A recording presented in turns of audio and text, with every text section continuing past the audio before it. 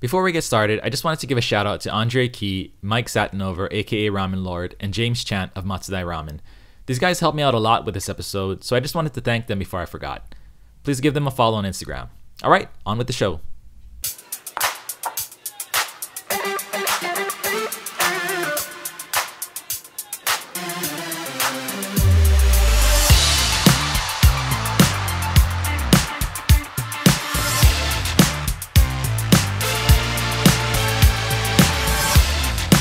Hey everybody, welcome back to The Way of Ramen. Today we're making a bowl of Tori Paitan Ramen. If you've never heard of Tori Paitan before, the simplest way to describe it is it's kind of like tonkotsu ramen, but it's made out of chicken instead of pork.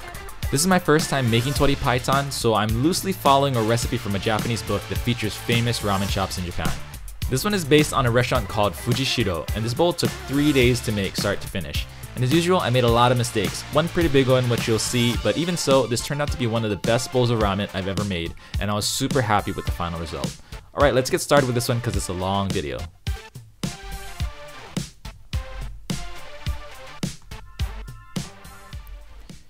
So on day one, I started off making some fresh noodles. I had a specific texture in mind, firm but not too brittle, a little bit of chew. So I decided to use 90% bread flour or 450 grams and 10% whole wheat flour or 50 grams for my flour mix.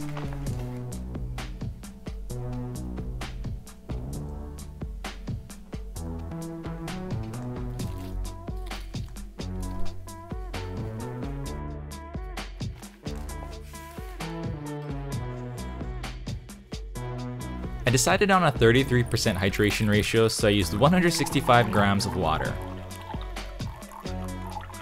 I also used two types of powdered consol, potassium carbonate and my good old sodium carbonate, aka baked baking soda. I went with 4 grams of potassium carbonate and 1 gram of sodium carbonate. I dissolved the consol along with 5 grams of kosher salt into the water.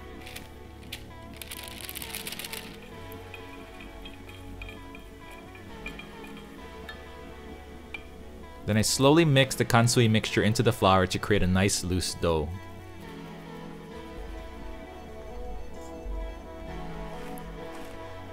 I transferred the dough into a Ziploc bag and let it rest for 30 minutes.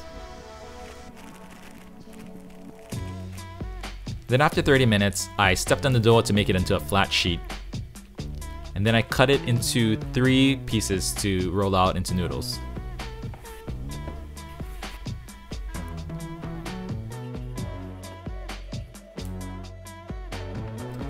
While I was rolling down the dough, I laminated it twice before going all the way to the final thickness for cutting.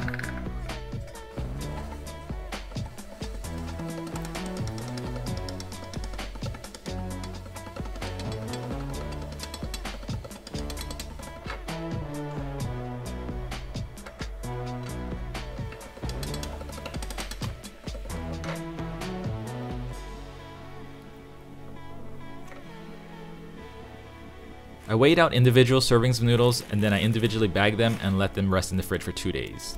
For day 2, I started off breaking down 3 stewing hens. I was supposed to use some chicken carcasses too, but I couldn't get any, so I just went with all stewing hens. I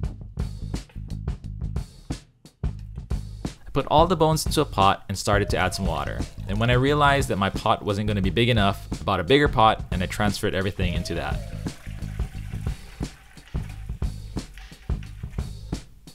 Then I turned it up to high heat, and after about 30 minutes, the scum started to come up, so I skimmed that off, and then I just let it rip for the next 7 hours.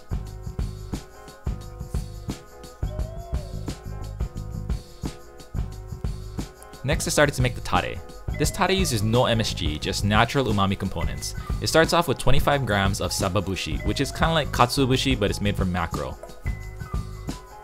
Then I weighed out 25 grams of katsu bushi. 35.2 grams of niboshi with the head and guts removed.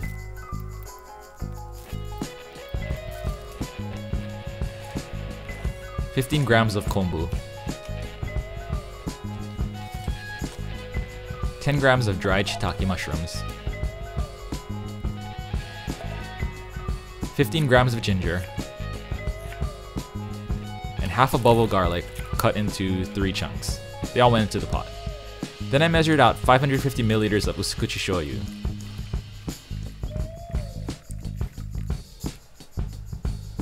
90 milliliters of some nice koikuchi shoyu, 110 grams of sake, and 110 grams of mirin.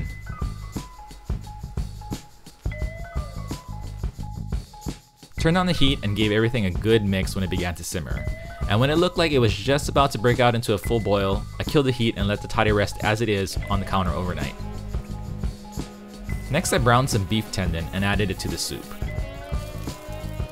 From here on out, about every 30 minutes or so I got my wooden spoon out and smashed the chicken bones, trying to break them down. I also continued to top it off with water as it evaporated. About 5 hours in, I added a bulb of garlic and some leftover ginger from the tare to the soup. And when I had just about an hour left, I added an onion to the soup as well.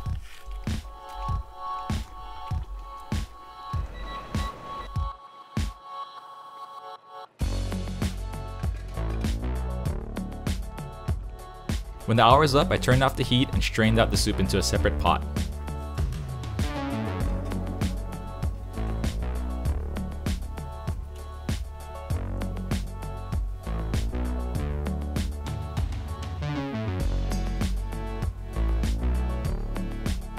Now if you're experienced in making ramen, you already see a problem with the soup here, but I was tired and maybe I didn't want to see it, but I cooled this down and let it rest in the fridge overnight. The next day I took the tare I had made the day before and strained it out.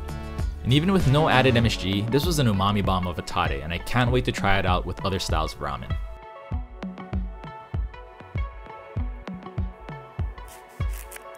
The last thing I have to make is an aroma oil for the bowl. I diced up one onion and put it into a small pot.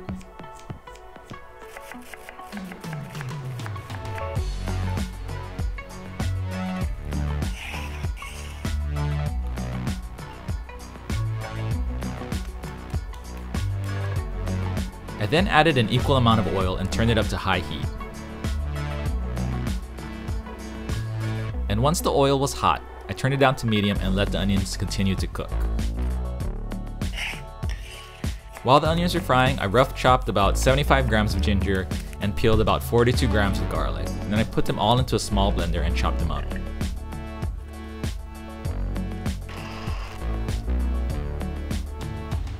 After 30 minutes of cooking, I added the ginger and the garlic to the onions. And at this point, you have to really watch the pot and keep stirring it because the garlic will do everything it can to stick to the bottom of the pot.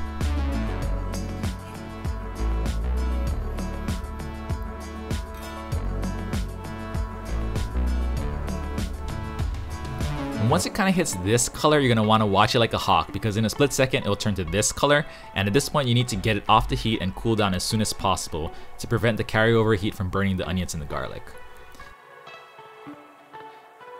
This fried onion stuff is amazing and I've been putting it on everything since I made this a week ago.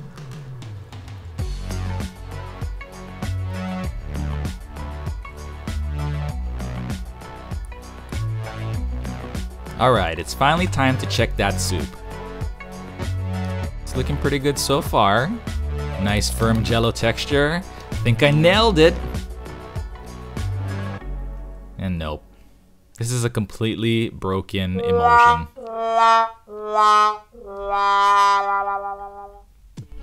It's all good though, we can fix it. The emulsion broke because I had boiled out too much water and the fat had nothing to emulsify into. So I got the pot heated up again and added some water to the soup. And once the soup was boiling, I hit it with my immersion blender and blended the fat back into the soup. It sort of worked, but I think I needed even more water to be honest.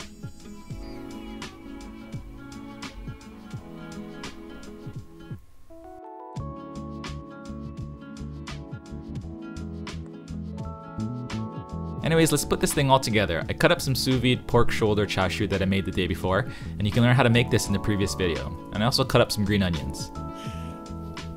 I dropped the noodles into boiling water and set a timer for 1.5 minutes. And while the noodles were cooking, I added 2 tablespoons of tare into a heated bowl, along with 1 tablespoon of aroma oil and 300 milliliters of soup.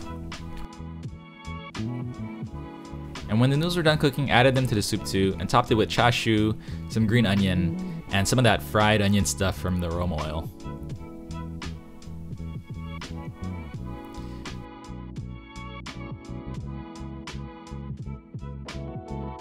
And after all that work, 3 days of cooking, I could finally taste this Tori Paitan, and it was amazing. The tare had no MSG in it, but it was packed with umami, and the soup was thick and creamy. The aroma oil brought out this nice sweetness to the bowl that was subtle, but you could taste it. And the pork shoulder chashu might have become my new favorite chashu. It's soft and tender, but it doesn't have that fat that pork belly has, so it didn't add any additional weight to the bowl.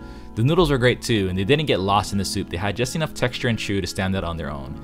One of the problems I have when I make paitan soups like tonkotsu ramen is it often starts off tasting great, but as it cools, it starts to taste more and more off balance. And this is caused by the glutamic acids cooling down, which makes things taste a little bit saltier. This bowl didn't have that problem at all, and it was great from start to finish. One of the best bowls of ramen I've made so far. I'm still a beginner at this ramen making stuff, so as good as I thought this bowl was, hopefully one day I'll be able to make something even better with what I learned from this experience. Thanks again to Andre, Mike, and James for all the help with this video. I have podcast interviews with the three of them, so feel free to listen to the podcast on Spotify, iTunes, etc. Just search Way of Ramen Podcast. Thank you guys all so much for watching. I'm just really blown away by all the support. It's beyond humbling. I'll see you guys all in the next video. Peace.